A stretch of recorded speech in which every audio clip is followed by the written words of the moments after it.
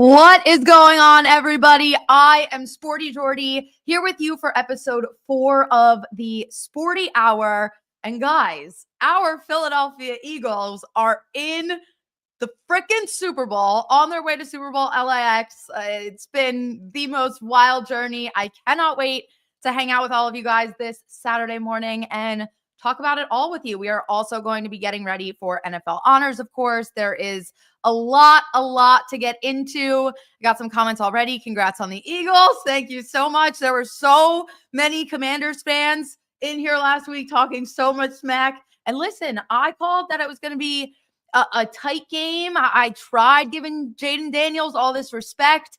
And the Eagles came in and put up 55 points. Absolutely unbelievable. I'm so excited. We have a jam-packed show today. We're live on YouTube. We're live on Instagram. We're live on TikTok. I also put up a Q&A on Instagram today. So I have a handful of questions to get into at the very end of the show. So if you submitted any questions, thank you so much. And I will get to those at the end. But yeah, no, vibes are really, really good right now. I can't believe what we saw last week. And after the Super Bowl, I am not jinxing anything. I'm not getting into it before the game is played. However, I have been seeing a lot of signs. There's been a lot of weird dots that are connected. And like I said, I'm not going to talk about them before the game, but make sure to come back for the Sporty Hour following the Super Bowl. And no matter what the outcome is, I will let you know. But yeah, we have some comments in here already. I thought the Commanders looked better than the score. Will be better for the experience. Are you going to the Super Bowl or are you just staying home? I am not going to the Super Bowl. It is my dream in life to attend a Super Bowl. I will never go to, and you can call me crazy for this, I will never go to a Super Bowl that the Eagles are in because I want to be as close to Philly as possible. I want to, if the Eagles get the dub, again, I'm very superstitious. I'm not jinxing anything. If the Eagles get the dub, I want to be near Philly. I want to be on Broad Street. So no, I will not be at the Super Bowl this year. But like I said, guys, this is a jam-packed show. Eagles are going to the Super Bowl. There's so much to get into. But first, we have to react to everything that we saw last week. And we had two pretty intense AFC and NFC Championship game. So first, we're going to talk about the AFC Championship game, which was, I think most of the world was pretty disappointed with the outcome of this game. There are a lot of headlines to get into here. Obviously, the Bills fell short in a 32-29 loss, and the banner that I have here is to the refs, which, it's a complicated conversation. I usually hate when the refs get blamed in a loss, even if it's valid, even if there were a couple missed calls. Like one call isn't going to determine the outcome of the game in majority of the situation. So I always think blaming the refs and kind of leaning into that is a really lame excuse. Have I done it with my own team? Sure, of course. You just get angry, you're in the moment. However, I think that Bills Chiefs AFC Championship game, I think we can all agree it felt very strange. It wasn't one call, it wasn't two call, it was the entire game. The Bills were getting screwed, and Sean McDermott obviously came out and said he warned the team against the potential of this, and they just fell short. So obviously, everyone in the comments, I want your thoughts, especially Bills fans, Chiefs fans. And when I talk negatively about the refs in that game, I don't even mean it in a way like we're taking away from the talent that the Chiefs have, which is the most annoying thing, because Patrick Mahomes, Travis Kelce, that Chiefs defense, Andy Reid play calling, this entire team can win games fairly. So I don't understand why they're being favored and being treated in this regard. It doesn't make any sense to me.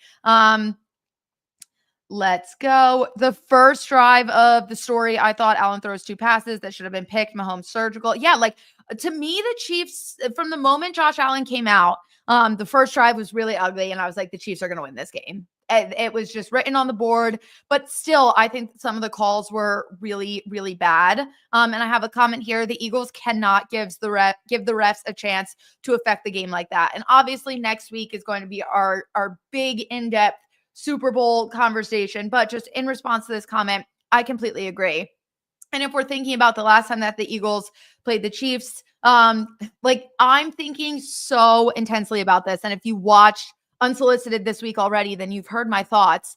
But I just want the Eagles to go into this game so smart. Like, do not do anything dumb, down to the point of I said I hope that they wear white gloves because the Chiefs are wearing white jerseys. Like, just play so smart because it really is getting crazy. And again, like, I don't like to be the fan that blames the refs for a win or a loss in any way. But there were just a lot of, as an NFL fan, as an NFL observer, there were a lot of really questionable calls throughout that entire game. There was obviously the 4th and short with the QB sneak. Josh Allen was over. Josh Allen got that first down, and there were a handful of first downs. Even Tony Romo was like, these are first downs, and they were just getting wiped away. And I'm like, what are you guys seeing? What is happening right now? It felt really strange. But yeah, for the Eagles, they just have to keep playing like they've been playing. No need to overthink it. I completely agree. Of course, we're getting some Go Birds, but back to Bills Chiefs. I was really heartbroken for the Bills. And obviously for Josh Allen, just the moment after that game too. Like, obviously, no matter what game you're playing, whenever it ends, you go and you talk to the press after. It's part of the job. But I saw the clip of him where he just stood up at the podium and you just see him do this big inhale and this big exhale. And then the questions immediately start firing. And my heart just broke for him in that moment because he's out there doing everything that he can. I do think they started the game a little sloppy. Then you have Patrick Mahomes come out and just do what Patrick Mahomes does. So I do think the Chiefs won that game. I called it from the first drive. But again, really disappointed in the officiating. And I do think that it's something that the NFL should start looking into. And I swear to God, if they try and pull any of that shit against the Eagles in the Super Bowl, I'm going to be livid and you will not hear the end of me. But yeah, no, absolutely crazy. Tush push failed 3 times already and they didn't expect the bit. Exactly. Like that's the whole point. Like when I'm complaining about the Chiefs or when I'm complaining about the officiating here, it's not because the Chiefs didn't win this outright, which is even more frustrating because it's like, just let them play. Let them play. Get Tom Brady out of retirement to play with the Bills.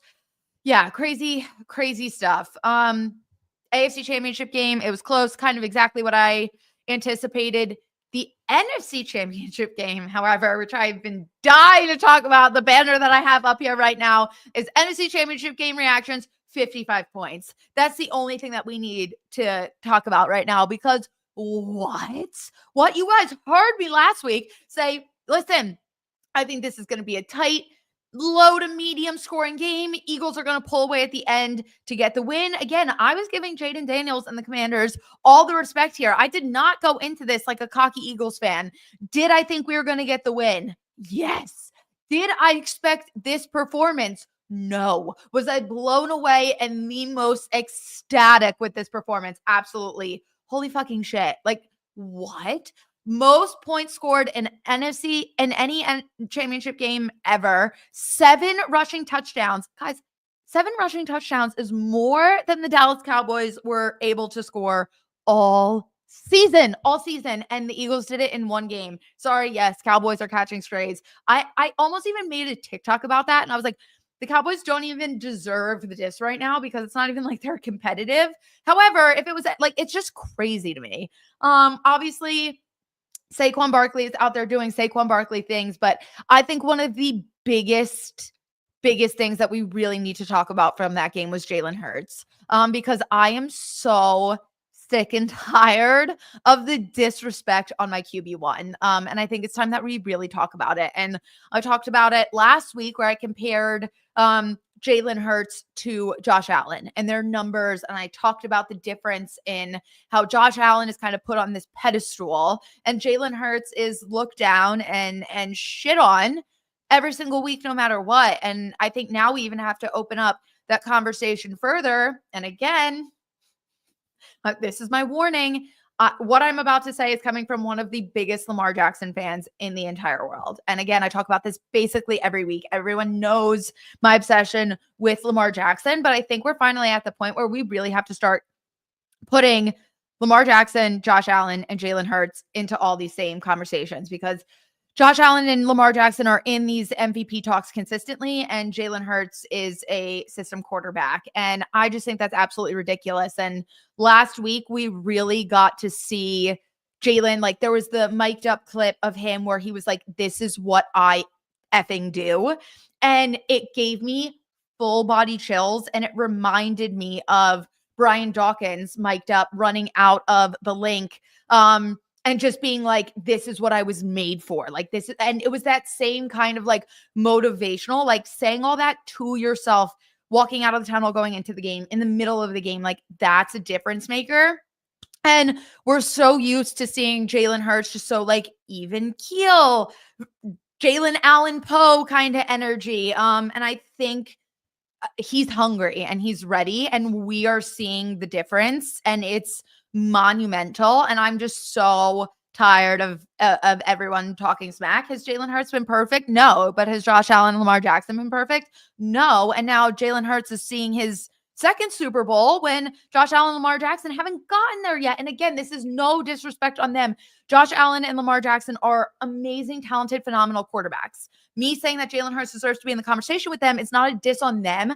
I just don't understand how Jalen isn't getting that same respect. And maybe it's the bias in me, fine. But it just, the numbers, the stats, the accolades at this point, like if Jalen Hurts didn't get hurt a few seasons ago, he could have won MVP. And it's like, that's been swept under the rug. We're not talking about that as much as more. So I just think it's really, really crazy. And again, there is the argument of the AFC is a lot more competitive than the NFC. And that's something I completely agree with. However, it doesn't take away the fact that Jalen Hurts has seen 2 Super Bowls in his first 5 seasons.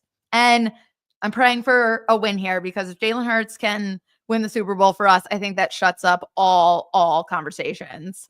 Let's go. I want to get to some comments here, because that was some pretty hot takes. And I know people are pretty split on the matter. So I want to see what people are saying. Of course, the first comment I see is Jalen isn't even top 5. I completely disagree. Let's get some comments in here. Hurts will shush them all. I completely agree. I got a comment here on Instagram that's Jalen wins and that's all that matters. And I completely agree, because winning is the main thing. And I think it even comes back to, this is very, very off topic, but just to like sum up this whole conversation, there was Cam Newton's comments this week that he would not give up his MVP for a Super Bowl win, which I'm sorry. Obviously, as a professional athlete, you are playing for yourself, and MVP is a huge deal. But if you are on a team, it's a team sport. You are playing for the organization, for the city. And I thought that comment was absurd. And you would never hear Jalen go down that road. Like if Jalen won MVP, he'd be like, this is awesome, but like get me a Super Bowl. Like he wants the Lombardi, which I think is the most important thing. And I mean, he's been saying it, everyone's been saying it, but when did winning not become the main thing? That's literally all that matters. And that's what he does. That's what the Eagles do. So there's my Jalen Hurts rant. You can fight me on it as much as you want, but I'm not going to change my mind. That's the vibes. Let's see. The Commanders tried to force the Eagles to rage quit the server with the constant offsides.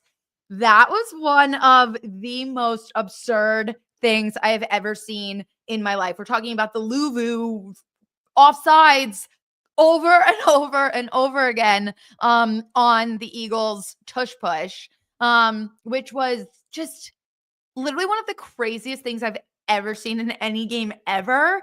And it's just absurd, because it's not like it's a trick play. We're not fooling anyone. You know exactly what the Eagles are about to do.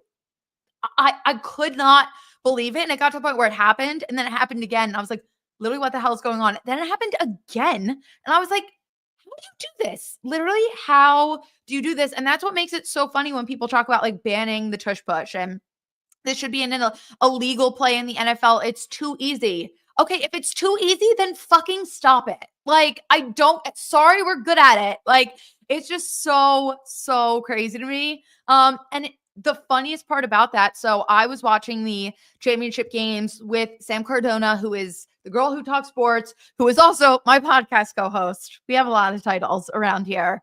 And that was the first time that we've watched playoff football together. I just got another comment. Hurts is not a top 5 QB in what world? Again, we'll talk. The Hurts conversation is not over, and I will continue it next week. But yeah, so we were watching, and at one point I was like, if he keeps doing this, they're just going to have to give us a touchdown. Like, what? And then the ref immediately following that statement comes out and he's like, we can't award a touchdown because there's only so many times we can inch you up closer to the goal line before you're just in the end zone. And I was like, what the hell? And I looked into it, and that is a real rule, real NFL rule. It really hasn't been used, I think, since the 60s or 70s, like pre-merger, but it is a real thing. No one tell the fucking Chiefs that. Jesus Christ, that's the last thing that they need to hear. But yeah, no, that was pretty insane. I also, again, I respect Jaden Daniels. I respect the Commanders. I thought they had a wonderful season. We will get into my NFL honors predictions at the end, but I also thought it was so crazy when Jaden Daniels was doing a dance in the end zone after scoring a touchdown while you're still down by 2 scores. And again, I've been very, very conscious of not being overconfident. Like, I don't want to get my hopes up too high. Like, I'm trying to go into things like very realistic. And so even going into the fourth quarter, my Sam is looking at me and she's like, Jordan, you're going to the Super Bowl. How do you feel? And I was like, this game isn't over. I will not celebrate until there are zeros on the clock. And then all of a sudden we're up by 25 with like 3 minutes left. The game is over. Like, they would have needed a miracle to come back. And still we're dumping Gatorade on Nick Sirianni. And I was like, it's not over. It's not over. And Sam was like, baby girl, like, it's been over. She looked at me after Saquon's first touchdown and was like, you're going to the Super Bowl. Like, no one is stopping your team right now. So it was just awesome. And I saw a comment earlier. I don't know if I'm going to be able to find it just because there's so much going on, but someone mentioned the fact that the Eagles are just so in sync right now. And this team is just on a different level. And I completely agree. Like, listening to everyone mic'd after that game, like Jordan Mailata, from the moment that he was walking out of the tunnel, was just laughing the entire game. Giggling. He's quoting Bane in the middle of a play. Like, they're just having fun, and everyone's hungry, and everyone wants it. And it's just, this team really does feel special. And I loved the Eagles 2017 team so much. Like, that team was so special to me. And then obviously we saw what they were able to do. And I didn't think that there would be another Eagles team that would make me feel that way. And this team absolutely does that. It's a special vibe right now. City of brotherly love. I think they are showing that to a T right now. But yeah, it's really impressive. I could not get over the performance from last game. Literally every single person stepped up and showed out. And I couldn't have been more proud. And I just want them to do it again on February 9th. Please, I will give anything. Let's go. The game was never in jeopardy. However, there were moments everything could have shifted. Every time a key play happened for us and we won. Yeah, everyone was just on it. Let me see. I'm trying to get some comments up here. Shipley, mom, hi, mom. Will Shipley was also absolutely phenomenal in this game. At the end, like, we were up and he just, like, I'm watching and I'm just like, the game is over. We don't have to do anything. And Will Shipley is out there fighting for more. And it's just phenomenal. It's phenomenal. this is a great point. Do you think that Brandon Graham is going to get some reps next week? This is actually something that I wanted to talk about. So this is a perfect segue. I have a banner already made. Will the Eagles have Brandon Graham for the Super Bowl? So we're in the NFC Championship game. The Eagles put up 55 points. We're just missing Brandon Graham. Then it comes out that he's practicing. So on Thursday this week, the Eagles open up the practice window for Brandon Graham a week and a half before the Super Bowl. What? This man tore his tricep and was done for the year. And now all of a sudden he's like, yeah, I progressed much quicker than I thought I would. And now there's a chance. And I have some quotes here that I want to pull up to talk about it. So what I'm seeing right now, Brandon Graham still isn't 100%. He isn't sure if he's going to play in the Super Bowl, but he was encouraged by his first practice back on Thursday, and things are trending the right way. What? Brandon Graham said, I do feel good. I ain't going to lie. I don't know what to expect, honestly. Oh my God. He then went on to say, we're going to ramp it up every day. Every day. We got to get ready. We got 2 weeks. Today was a great start. As long as I don't have no setbacks, I don't think it is going to be a problem. Absolutely insane. Graham went on to say, ultimately, the decision of whether or not he plays, it's going to come down to how he feels, what the doctors think. He's going to be honest with everybody. He doesn't want to push himself. He doesn't want to go too far. But if he can play, it seems like he's going to. And the vibes, everything that I'm seeing right now seems like he could. And my hope is that maybe he doesn't play the whole game. He may not be a starter. He even said, he was like, listen, everyone's been doing so well. I don't want to go out there and mess up everything that's been cooking. But my hope is that he goes out there, gets at least a couple snaps just to be a part of it, be out there. We get the Super Bowl win, and then he can retire on the most unbelievable note I've ever seen. And I actually have a TikTok video coming out about this week. So this is a little preview if you're watching the live here on Sporty Hour. But there's some crazy, again, there's been a lot of just like weird signs. But Ray Lewis back, I can't remember the year right now, but Ray Lewis tore his tricep when it was the Ravens' second chance of going to the Super Bowl with him on the team, or winning the Super Bowl with him on the team. Again, this would be Brandon Graham's second Super Bowl win with the Eagles. Ray Lewis was out for the entire year with a torn tricep. It's a little different. Ray Lewis was able to come back for playoffs and play in those games leading up to the Ravens Super Bowl. But he played when he was not supposed to, and then the Ravens went on to win it.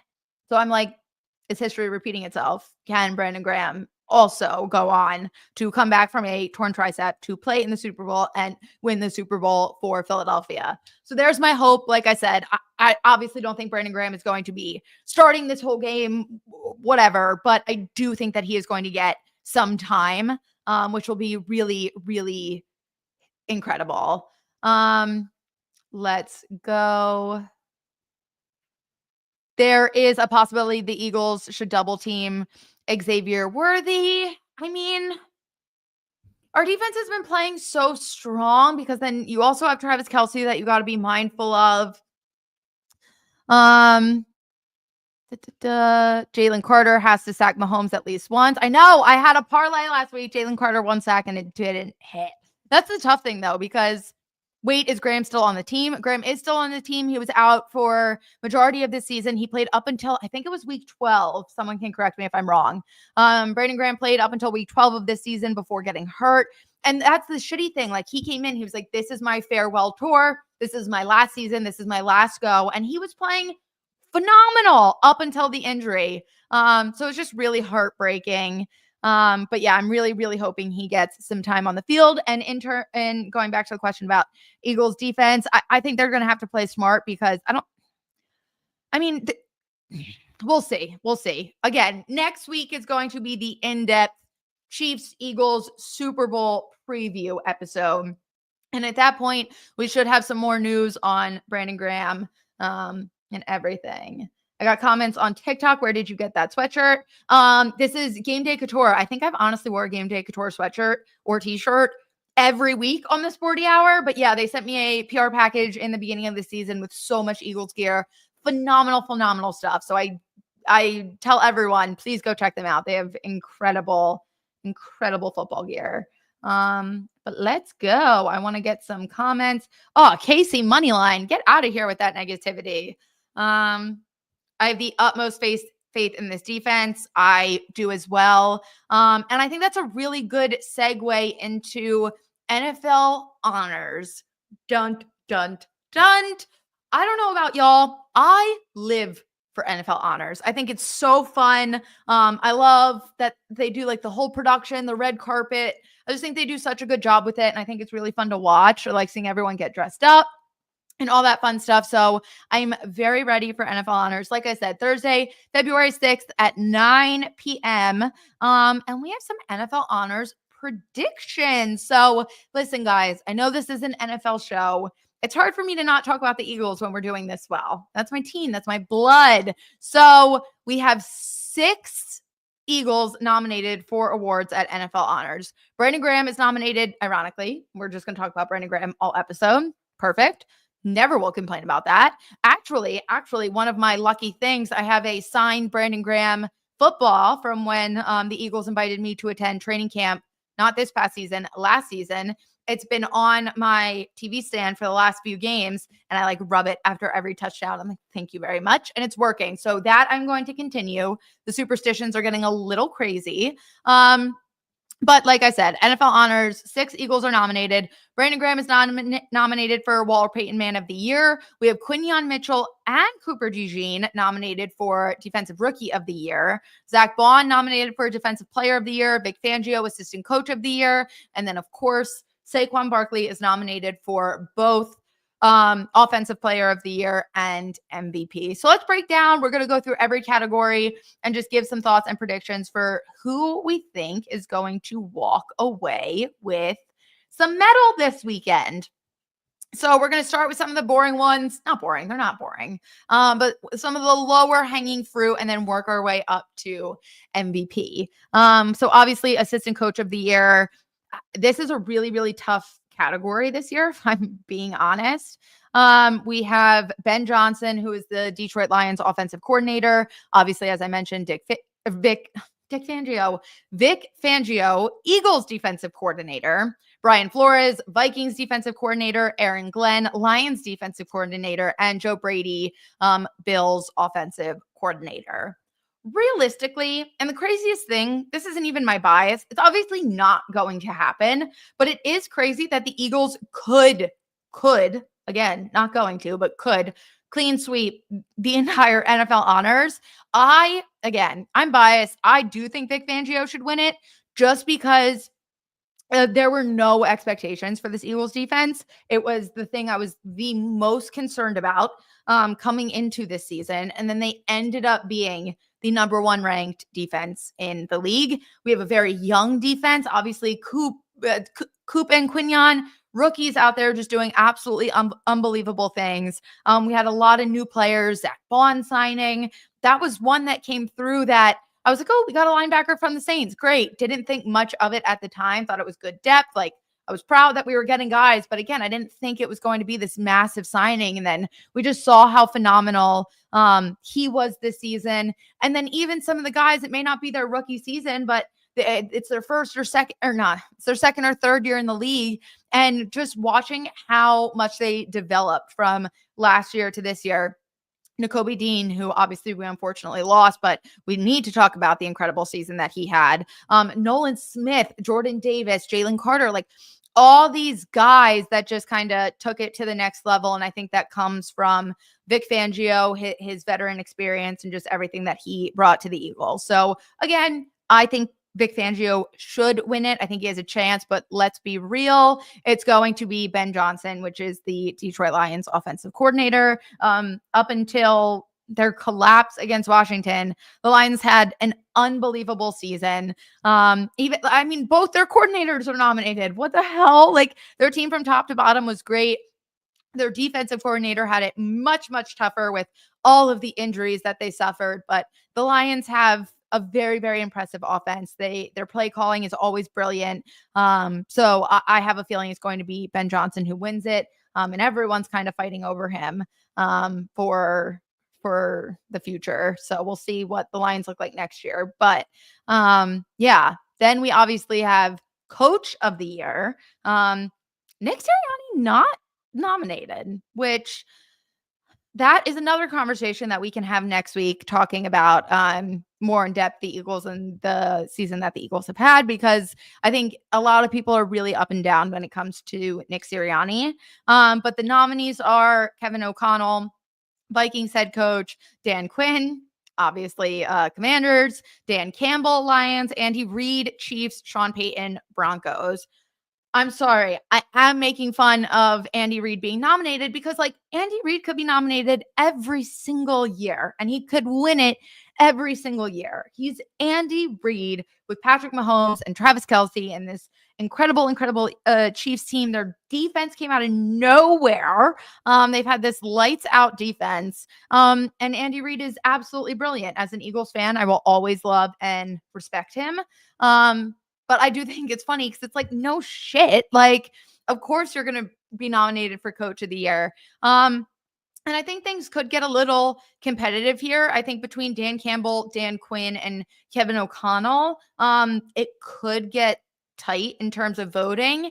And I think there's an argument for every single one of them. However, my pick is going to be Kevin O'Connell. Just because you draft JJ McCarthy, you kind of have this expectation, this plan of what your season is going to look like with JJ McCarthy, and then you lose him for the year before the season even starts, and then your backup is Sam Darnold, which at the time I was like, okay, Viking season's done. They're not going to be competitive. Like, I don't care if you have Justin Jefferson. I don't care. Like, and again, this may sound really harsh, but coming into the season with Sam Darnold, I was like, you're not going to be playoff contenders. You're not going to be able to do anything. And it's basically just get by and wait for your rookie quarterback to be healthy and come back. And then you can really start to build.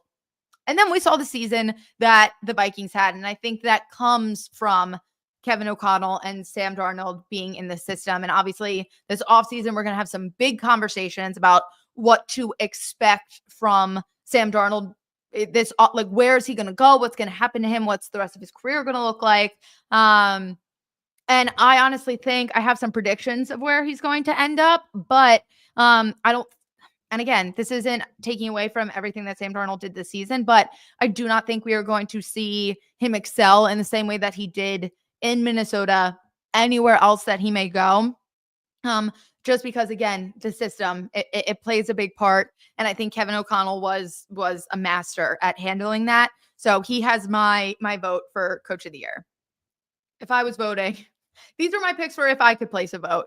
Then we have Comeback Player of the Year. The nominees are Joe Burrow, Sam Darnold, Damar Hamlin, J.K. Dobbins, Christian Gonzalez, which this is an interesting category every year. The NFL has the pick as Joe Burrow winning it.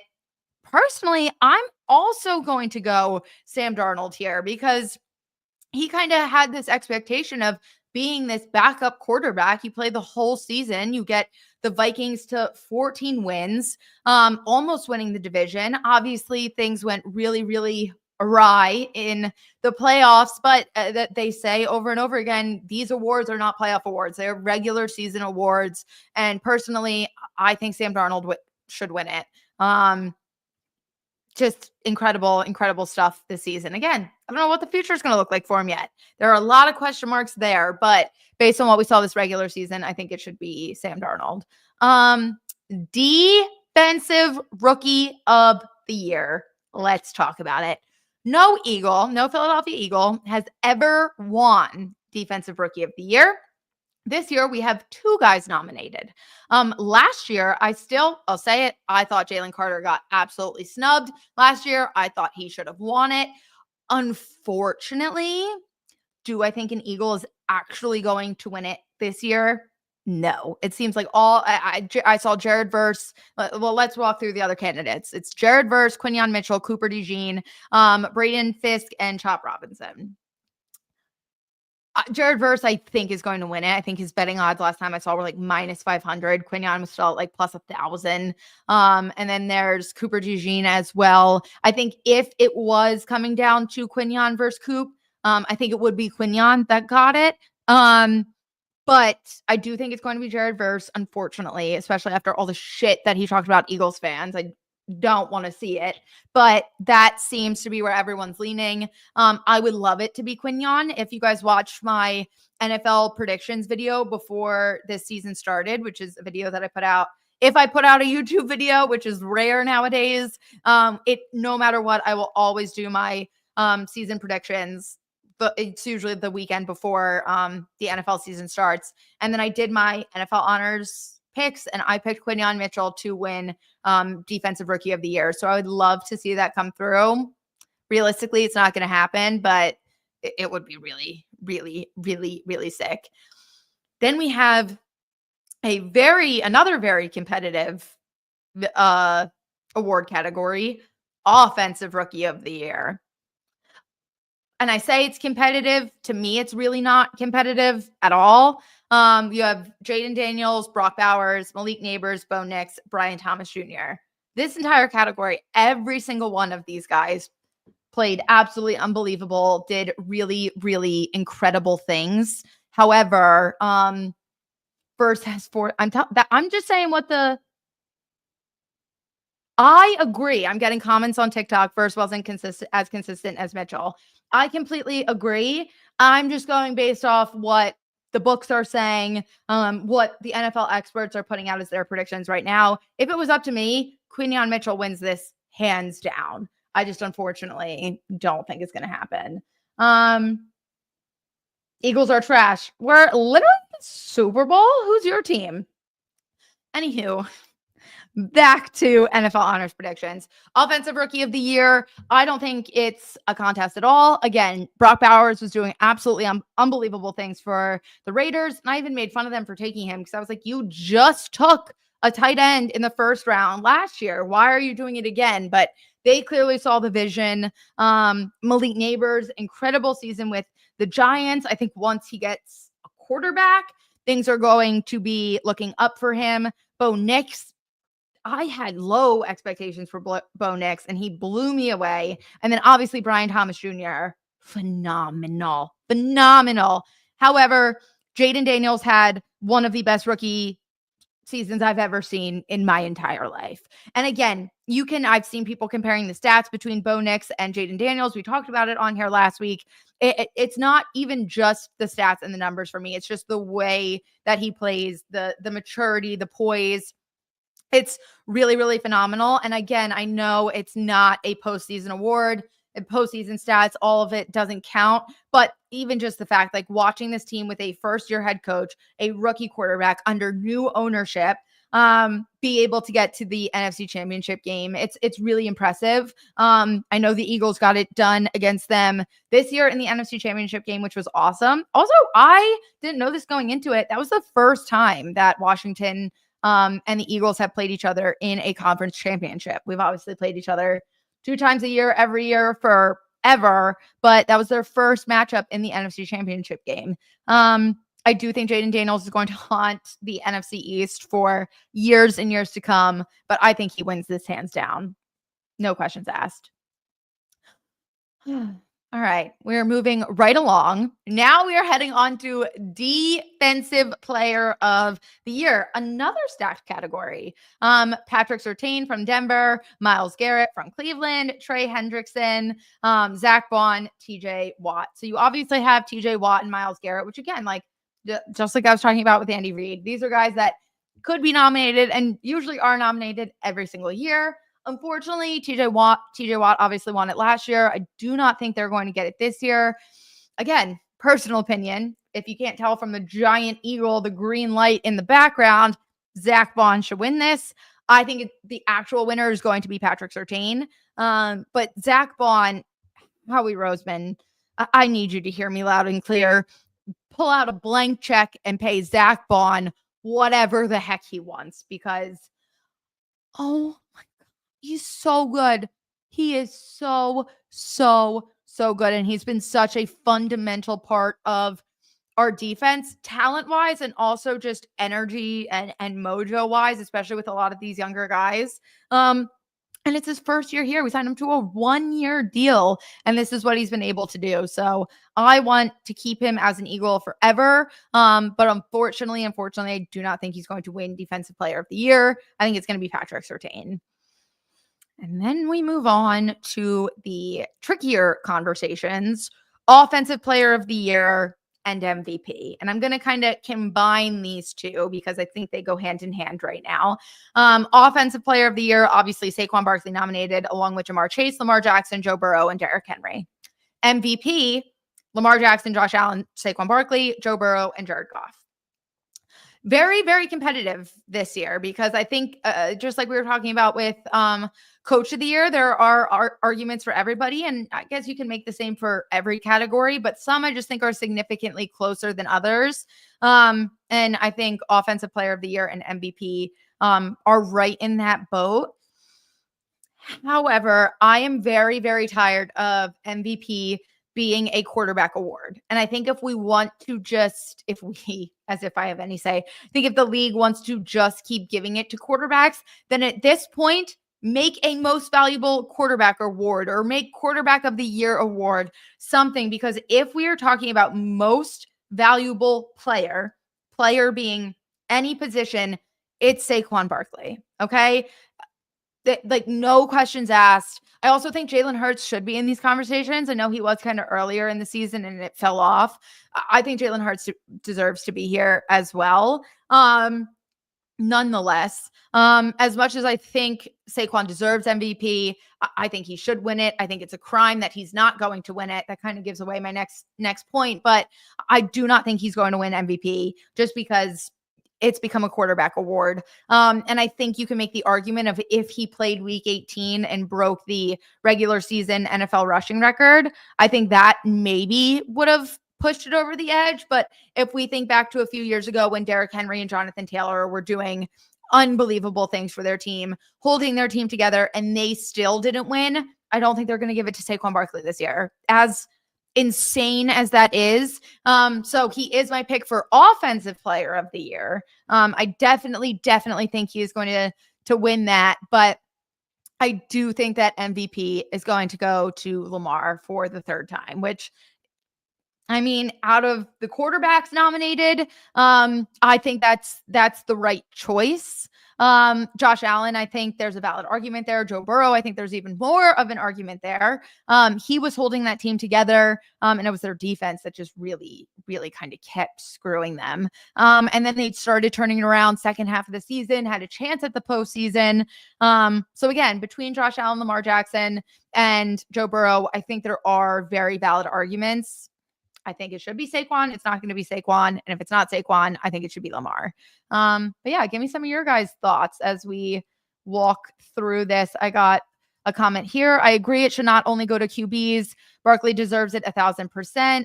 To me, it was clearly Allen. And again, I think there is an argument there. To me, the reason why I think I would pick Lamar Jackson over Josh Allen for MVP in this season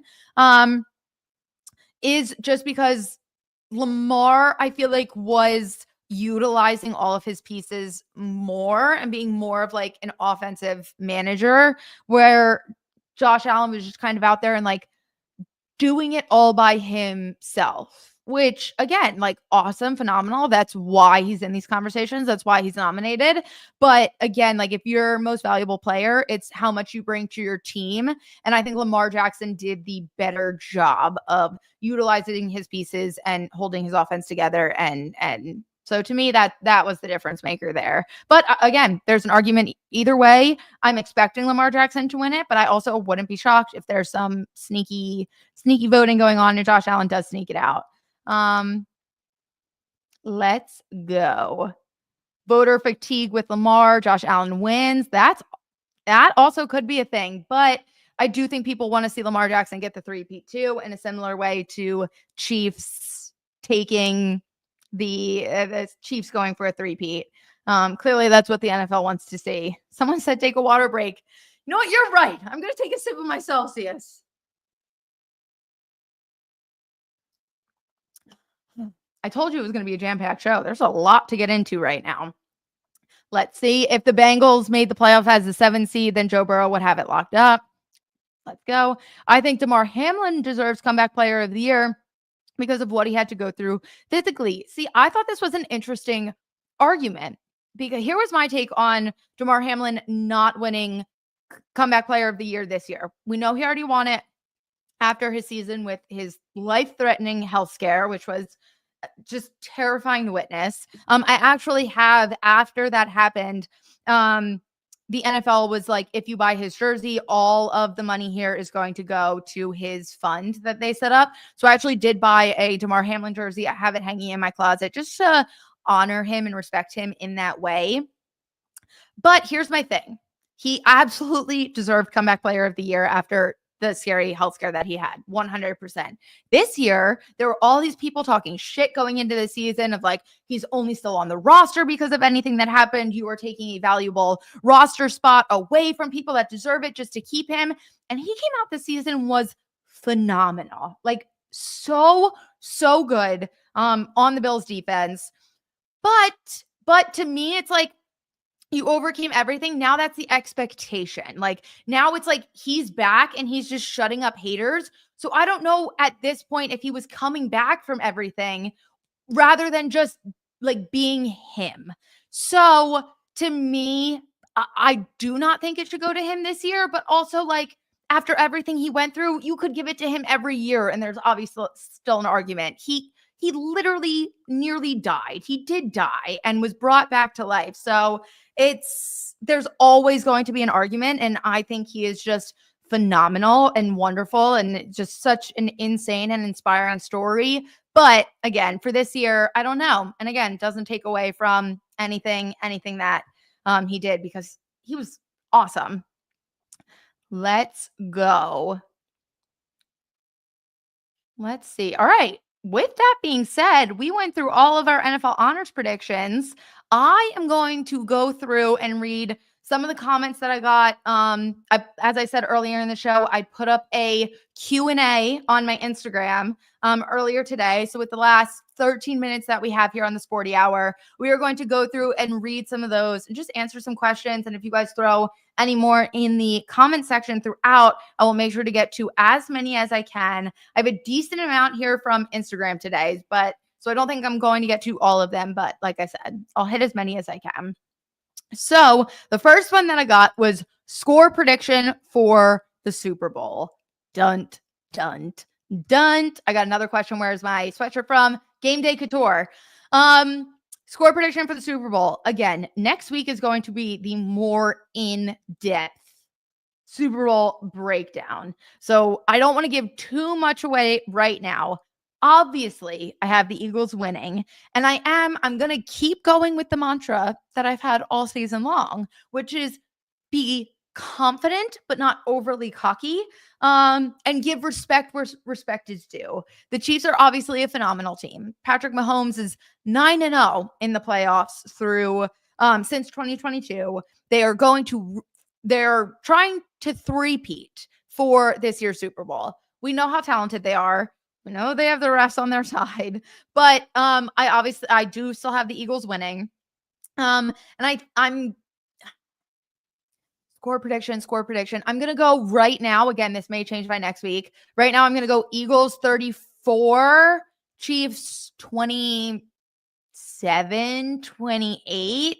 Yeah, I like that right now. And part of me does think that this could be a defensive game, but I went with a really, really low score last week for Eagles Commanders. I think I said 27-14 or something along that line. And it was significantly more than that.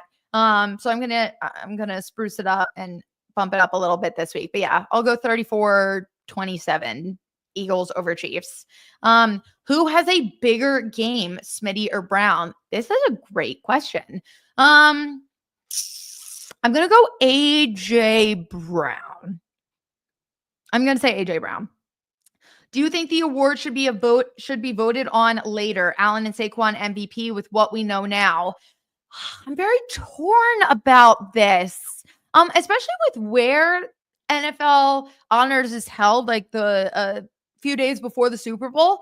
I do think that we could start bringing in postseason statistics. However, then I do understand the argument of why they are not already doing that. And that's because then you have guys like Joe Burrow who are nominated but didn't make the postseason. So they're obviously not going to be able to compete with guys who are playing all these extra games. So I think it has to stay a regular season award. But I mean, like, if someone's doing unbelievable things, Saquon Barkley, I just don't know how you deny that. But again, I fully get the regular season. I get why it is the way it is right now. Ooh, I love this. Fellow Rowan student here. So I graduated from Rowan University in Glassboro, New Jersey. So I got a question here. Fellow Rowan student, what was your experience like? Also, any advice for a senior?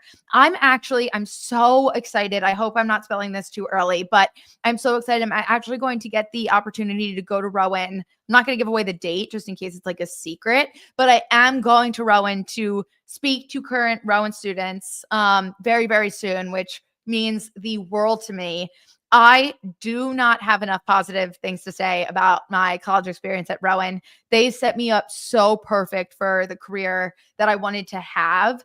And my advice as a senior, utilize your professors, utilize everyone that Rowan has, because they really do such a good job of getting industry people with real experience and real networking connections to teach classes and even just come speak at the school. And I really think that you should take advantage of everything that they offer, because those connections will be a game changer, I promise. So that's the best advice I could have. Like, showing up for class, learning, all of that is important, but taking the extra mile to kind of insert yourself into every event that they have, I think, is the biggest thing. So that's my advice. And honestly, that's not just Rowan, that's just college in general. Everyone says college is a scam, which, like, I get the argument. It's very expensive, but the networking and the connections that I got from college changed the game. It opens up doors earlier than, like, before you even have your degree, which is awesome, especially in this industry where it's very, very competitive. My next question is, can you wear your Mitchell jersey for the Super Bowl? So if you don't know the lore behind my Quinyon Mitchell jersey, I have yet to lose in my Quinyon Mitchell jersey since I've been wearing it. I got it for Christmas. Quinyon was one of my favorite players coming out of the draft. I thought the Eagles had no chance of getting him. Then all of a sudden he's falling to us. Obviously we get him. Then we get Cooper DeJean. Everyone was so excited about that pick just because we got him late. And it was very up and down. And I was always like, Quinyon Mitchell is going to be a game changer for us. And seeing what he's been able to do this season, he's going to be one of my favorite Eagles of all time. I'm calling it right now. And ever since I got his jersey, like I said, we haven't lost. I was really, really nervous because I wore it for the Rams game. And yes, we won, but he got hurt. And I was like, I don't know how to feel. I was like, is this bad juju? Even though we got the win, is this still good luck? I was like, do I have to wash the jersey? If I wash it, does it take away the winning energy? Again, superstitious and crazy. But to answer the question, I can confirm I will absolutely be wearing my Quinyon Mitchell jersey for the Super Bowl, because I wore it again last week and he had his interception. We saw what happened. Eagles won in a blowout fashion. So yes, I will 100% be wearing the Quinyon Mitchell jersey. We are moving right along. This isn't a question, but this was a response from my boyfriend. He said, love you. And I just want to say, love you too, Brian. I do this show. He works Saturday morning. So I do this show while he's working, just so then we can spend the rest of the day together. So he doesn't usually get to watch live. So he will see this message when he can go back and watch. What are you thinking about the BS in that Bills game? Yeah, we talked about it earlier in the show. I just think it's unacceptable. And like I said, the Chiefs are talented enough to win without any help from the refs. I think it casts a really bad narrative in the NFL. I think people lose distrust. I put a reel up from my podcast this week that a lot of people are even saying they're not even going to watch this Super Bowl, which is just sad. So yeah, I really think that NFL officiating has to get it together. I do think an investigation should be done. I think refs should start being suspended. I think we have to hold them to higher standards.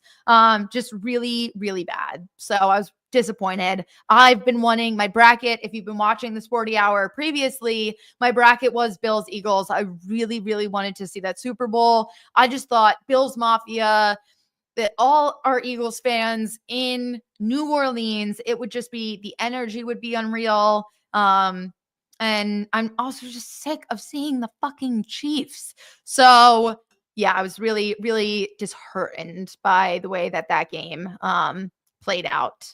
Oh, I didn't realize how many there were. We have some more comments here. I want to start doing sports content, but I am so scared. Do you have any tips? Yes, just do it. Literally, just start posting. And my advice, and this is something that I've seen a lot of people talk about, is it's so scary getting started. I understand. When I started sports content, my Instagram, like it's my family, it's friends from elementary school, high school, middle school, like all these people that you know, but some of them not too well. And it's a lot of eyeballs. And also, it's just scary to start putting your opinions and your takes out there, because obviously everyone's super opinionated in sports. No matter what, you're going to have people that agree with you, but then no matter what, you're also going to have people that disagree with you. So I remember when I started sports content, I was really like, I'm going to be really even keel down the middle, and I'm going to play to both sides, and I'm not really going to give too harsh of opinions. And my content was doing good, but my content really didn't start doing great until I wasn't afraid to just speak my mind. And it's like, no matter what, like I said, people are going to disagree. They're going to tell you that you're wrong. And it's predictions. Obviously, I could be wrong. Obviously, you could be wrong. Like, anything can happen. We don't know the outcome of anything when it comes to sports. Again, any given Sunday mentality. So I think my biggest thing is just rip the Band-Aid off and just go. And also, again, so I also work full-time as a director of social media. So the marketing aspect of my mind, engagement for social media is so important. So when you make an opinion, and I try and pride myself to not give clickbaity opinions. I try and just be very honest with what I think. But if there is an argument, if there is engagement, it's going to push your video to do better. So numbers wise, controversy is always a good thing. So that's my advice. Do not be scared to hold your ground. Give your hot takes. Say whatever you want to say. And do not be scared of it. That's my opinion. Let's go. Dun, dun, dun. What has your career path been like so far? This is a fun one. So I actually got into content. I always wanted to work in sports, sports production. My initial goal, I wanted to be a TV producer for either a live talk show for NFL Network, or I wanted to like literally be a producer on game day. So I was always behind the camera, which is where I kind of learned to like put shows together, clip segments, edit, produce, all that kind of stuff. And then obviously the 2020 pandemic was a major, major career change for me. I graduated in 2020. So I had all of these job offers lined up, and like one by one, they just got pulled away. And blessing in disguise, that was literally how Sporty Jordy started, because I couldn't get a job. And I was like, well, I'm not going to give up on my dream just because the world is shut down. So I started my YouTube channel, became Sporty Jordy, and everything has just kind of spiraled from there. It's how I got my first job as a social media manager. And like I said, now I work as a director of social media for one of the nation's largest custom apparel companies. We are partnered with we're the t-shirt partners for the Philadelphia 76ers. And of course, I get to do all of my Sporty Jordy sports content as well. So, it's been a crazy, crazy turn of events, but I wouldn't change it for anything. I love what I do. I love working in social. Let's go. This is the last one I'll take from Instagram. Confidence meter going into the Super Bowl. Again, my mantra is confident, but not overly cocky. However, I feel there's just an energy in this city right now, and the dynamic with this Eagles team that feels very different than what we've seen. And I think it's really, really special. But I'm feeling very good. Again, not overly confident. You have to understand we are playing the Chiefs, but I do think the Eagles get it done, and I'm very, very excited for this game. So, dun dun dun. I got one here. What are your actual opinions on Jake Elliott? If we lose, it might be his fault. I don't really know what's going on with Jake Elliott this season. And at this point, I just think he was either injured and we don't know about it, or it's mental. And at this point, he just has this mental block. And obviously, the snow game against the Rams, it was just like, it felt strange because he was like making these really, really tough field goals, but then missing extra points. I still think we should either sign a kicker or draft a kicker, even if it's just to motivate him and bring his mojo back, because Jake Elliott has been automatic and he's a kicker that, like, no matter what, I've trusted. So I'm really disappointed with how the season played out, and I'm hoping that he can kind of feed off the energy from the NFC Championship win and just come in calm, cool, and collected and get it done. But yeah, we have officially hit 1 hour here on the Sporty Hour, and that is all that I have for us today. So I just want to thank you guys so much for watching every week and supporting. If you're watching on TikTok, Instagram, or on YouTube, again, you are so appreciated. If you missed any part or if you jumped in late after I record live, these videos live on YouTube for everyone to watch. So if you want to go back and check it out or check out previous episodes, please do. You can find me on all socials, TikTok, Instagram, Twitter, YouTube, everything at the Sporty Jordy. And of course, we'll be back next week for our official Super Bowl preview show. We are going to deep dive into all of my crazy conspiracy theories, all of the prep, and all of my superstitions that I have had leading up to the Super Bowl throughout the season, and just interacting more with you guys. So again, I could not appreciate you more. I'm going to log off on TikTok. Thank you guys so much for watching. We are ending TikTok, and then we are going to wrap up here on YouTube. Sporty hours leading up to the Super Bowl. This is something that has been teased. So make sure again to follow me on socials for all of the updates there. Maybe we do a longer episode next week because there's going to be so much to talk about. We got to go Birds. Let's go. Again, thank you guys so much. I cannot wait to see you next week. Fly, Eagles, fly. Let's go.